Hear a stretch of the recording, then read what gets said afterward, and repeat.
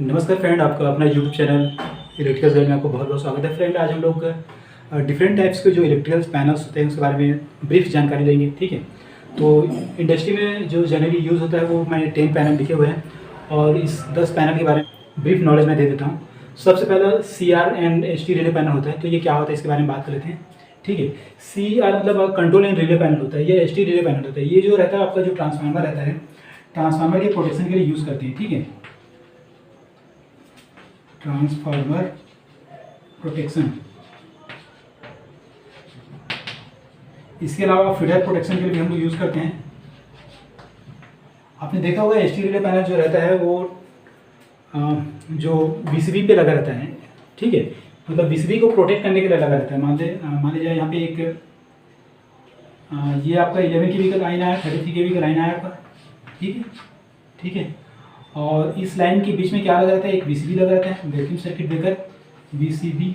ठीक है, और यहाँ से सप्लाई होके हमारे ट्रांसफार्मर में गया रहता है। ठीक है, ये सब कुछ हमारा ट्रांसफार्मर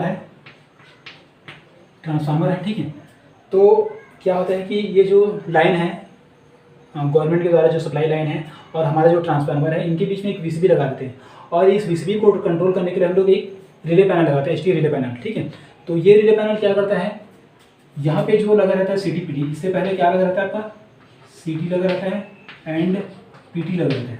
तो CT-PT से सेंस करके यहाँ के जो करंट है, उसको वोल्टेज है, उसको सेंस करके ये जो VCB है उसको ऑपरेट करता है। कौन करता है, ये हमारा ST रिले पैनल करता है।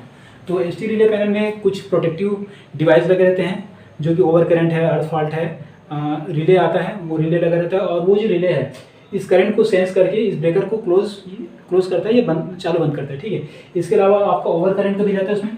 ठीक है, ओवर करंट तो हम लोग ST से सेंस करते हैं। ST में जो ओवर करंट आ रहा है उस करंट को सेंस करता है और सेंस करके इस ब्रेकर को ट्रिप करा देता है। यानी कि इस ट्रांसफार्मर को प्रोटेक्ट करने के लिए हमको एक ब्रेकर लगाना पड़ता है और इस ब्रेकर को कंट्रोल करने के लिए जिस पैनल का हम यूज़ करते हैं वो ST रिले पैनल कराता है, या CR पैनल जिसे हम लोग कहते हैं। ठीक है, उसी प्रकार मान लीजिए आप ये जो ट्रांसमिशन लाइन है तार के द्वारा बहुत दूर तक पहुंचा रहे हैं। ठीक है, तो बीच बीच में हम लोग को क्या करना पड़ता है, VCB लगाना पड़ता है और VCB को कंट्रोल करने के लिए हमको एक रिले पैनल लगाना पड़ता है। ठीक है, तो इस प्रकार से फीडर प्रोटेक्शन के लिए भी यूज़ होता है और ये जो पैनल है आपका ट्रांसफार्मर प्रोटेक्शन के लिए भी यूज़ होता है। ठीक है, आप इसके बारे में कंप्लीट अगर जानकारी चाहेंगे तो आप लोग नीचे कमेंट बॉक्स में कमेंट कीजिए, मैं इस बारे में जरूर वीडियो बनाऊंगा। नेक्स्ट जो पैनल की बात करते हैं, आपको PCC पैनल कहते हैं। ये इसको हम लोग पावर कंट्रोल सेंटर पैनल भी कहते हैं। ठीक है, तो ये पैनल क्या होता है, आपका जो ब्रेकर है, जो ट्रांसफार्मर है, ट्रांसफार्मर से डायरेक्ट जो सप्लाई किसमें आता है, VCB पैनल में आता है। VCB पैनल जो रहता है किसी भी कंपनी का मुख्य पैनल रहता है और उस पैनल में जनरली आप देखे होंगे एक VCB पैनल ऐसा बड़ा सा रहेगा। ठीक है, और इसमें ब्रेकर लगा रहता है ACB, फिर इसके बाद में आउटगोइंग ACB।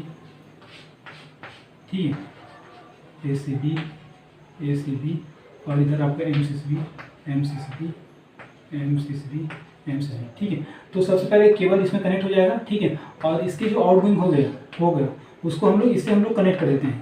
ये जो पैनल है ब्रेकर से कनेक्ट कर देते हैं और ये केबल आउट होके अदर जो पैनल है वहाँ पे जाता है। तो इसको हम लोग PCC इसलिए बोलते हैं क्योंकि मेन ये कंट्रोल करता है पावर को। ठीक है, अदर जो और पैनल्स है उसको यहाँ से सप्लाई जाता है, कुछ लोड इधर। कहने का तात्पर्य यह है कि PCC जो है पावर कंट्रोल सेंटर पैनल रहता है, किसी कंपनी का मुख्य पैनल रहता है और इसी पैनल से उस इंडस्ट्री में लगे हुए जो अन्य पैनल रहता है उसको कंट्रोल करते हैं। ठीक है, नेक्स्ट हम लोग देखते हैं PD पैनल की फुल फॉर्म की अगर बात करें तो पावर डिस्ट्रीब्यूशन पैनल होता है, पावर डिस्ट्रीब्यूशन पैनल। ठीक है, तो ये पैनल जो है वो भी सेम ही है लगभग। पावर जो PCC पैनल है और PD पैनल है वो लगभग एक तरह से माना जाए तो सेम काम रहता है।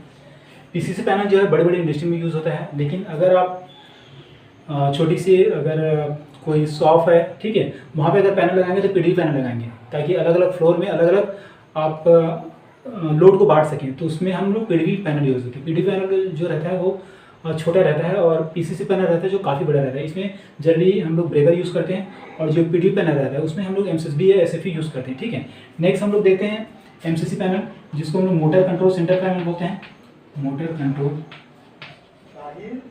Control centre panel. तो इस पैनल का जो काम रहता है, इंडस्ट्री में लगे हुए जितने भी मोटर रहते हैं उस मोटर को ऑन ऑफ करने के लिए इस पैनल को हम लोग यूज़ करते हैं। That is a motor control centre panel का रहता है। ठीक है, नेक्स्ट हम लोग देखते हैं एपीएस पैनल। इसका फुल फॉर्म की अगर बात करें तो ये ऑटोमेटिक पावर फैक्टर कंट्रोलर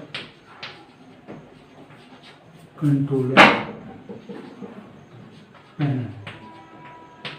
ठीक है, तो इंडस्ट्री में जितने भी इंडक्टिव लोड लगे रहते हैं, ये मोटर लगे रहते हैं, उसका आपने पावर फैक्टर देखना है। उसका जो पावर फैक्टर रहता है आपका 0.8 0.75 ऐसा रहता है। ठीक है, लेकिन गवर्नमेंट हमको जो पावर सप्लाई करता है, अगर उसकी पावर फैक्टर की बात करोगे तो आपको वह रहता है। आप देखना, आपकी इंडस्ट्री में अगर मीटर लगा हुआ है, एसटी का मीटर लगा हुआ है, तो सारे लोड को बंद कर दीजिए और गवर्नमेंट का जो मीटर है उसमें जाकर देखिए, वहाँ पे पावर फैक्टर क्या दिखाएगा, यूनिटी दिखाएगा हमेशा। ठीक है, 1.0 दिखाएगा। लेकिन जैसे ही आप लोड को कनेक्ट करते हैं, आपकी इंडस्ट्री का पावर फैक्टर जो है वो 0.68 0.67 ऐसा वो क्या हो जाता है, वो डाउन हो जाता है। तो इस पावर फैक्टर को इम्प्रूव करने के लिए हमको किसी जरूरत पड़ती है, इस पैनल की जरूरत पड़ती है, जिसमें एक कैपेसिटर का बैंक रहता है। ऑटोमेटिक मतलब क्या होता है, ये आपका लोड के अनुसार में कैपेसिटर बैंक को चालू करता है, बंद करता है, सो इसको हम लोग ऑटोमेटिक पावर फैक्टर पैनल कहते हैं। ठीक है,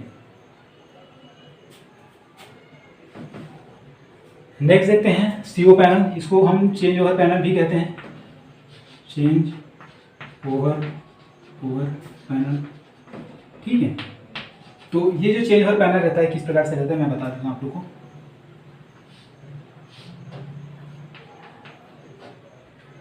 चेंज ओवर पैनल में क्या रहता है कि दो सोर्स रहता है, मतलब दो सोर्स, इनकमिंग सोर्स रहता है, इनकमिंग के लिए दो सोर्स रहता है 1 और 2, और आउटगोइंग के लिए एक सिंगल आपका सोर्स मिलता है। ठीक है, तो इसमें आप एक सोर्स डाल दीजिए, कोई भी एक ट्रांसफार्मर 1 का सप्लाई डाल दीजिए, इसमें ट्रांसफार्मर 2 का सप्लाई डाल दीजिए।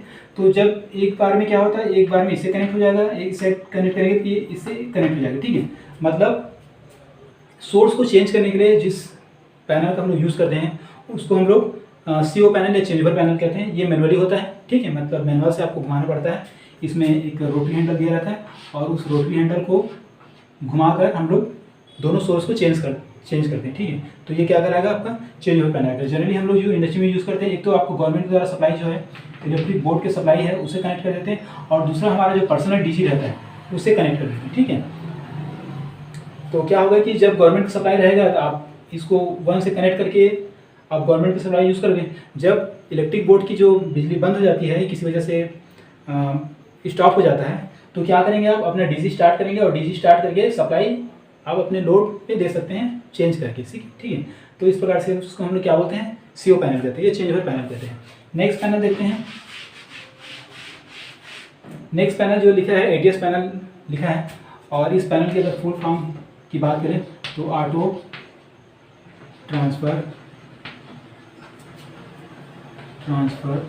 Switch panel.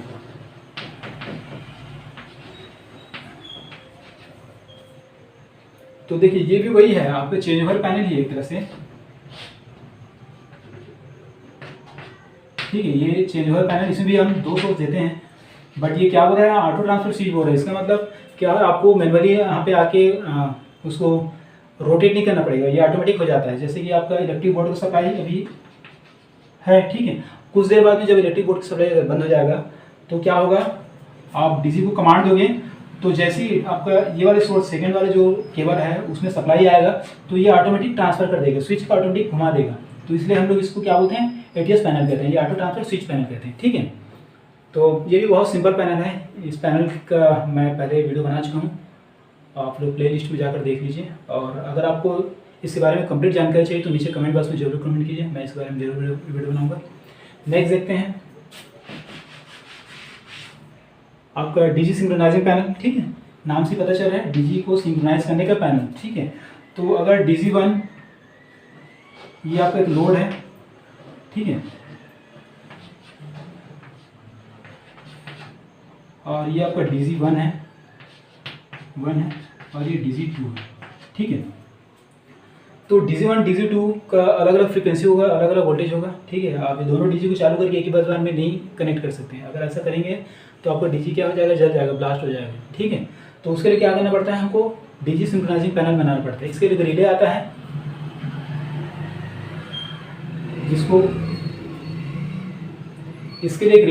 जिसको डीजी सिंक्रोनाइजिंग रिले बोलते हैं, ठीक है। क्या बोलते हैं, डीजी सिंक्रोनाइजिंग रिले।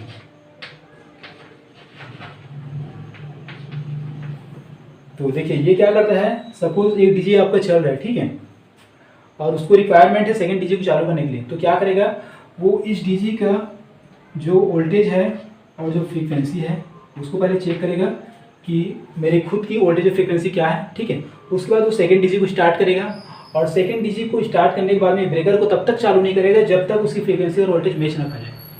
जब दोनों डीजी की फ्रीक्वेंसी और वोल्टेज जब मैच हो जाता है तो वो इस ब्रेकर को स्टार्ट कर देता है, और इस प्रकार से एक ही कॉमन बस बार में दोनों डीजी का सप्लाई कनेक्ट हो जाता है। सो ये काम जिस पैनल के द्वारा किया जाता है उसको हम लोग डीजी सिंक्रोनाइजिंग पैनल कहते हैं।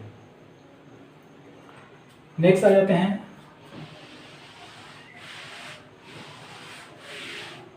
ऑटो स्टार्ट लाइटिंग पैनल, ठीक है।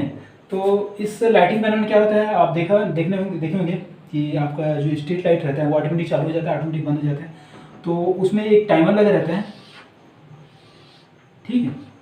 और ये जो टाइमर रहता है वो उसमें आप टाइमिंग सेट कर सकते हैं कि मेरे को सुबह 6 बजे के मॉर्निंग 6 बजे से इवनिंग 6 बजे से मॉर्निंग जो 5 बजे तक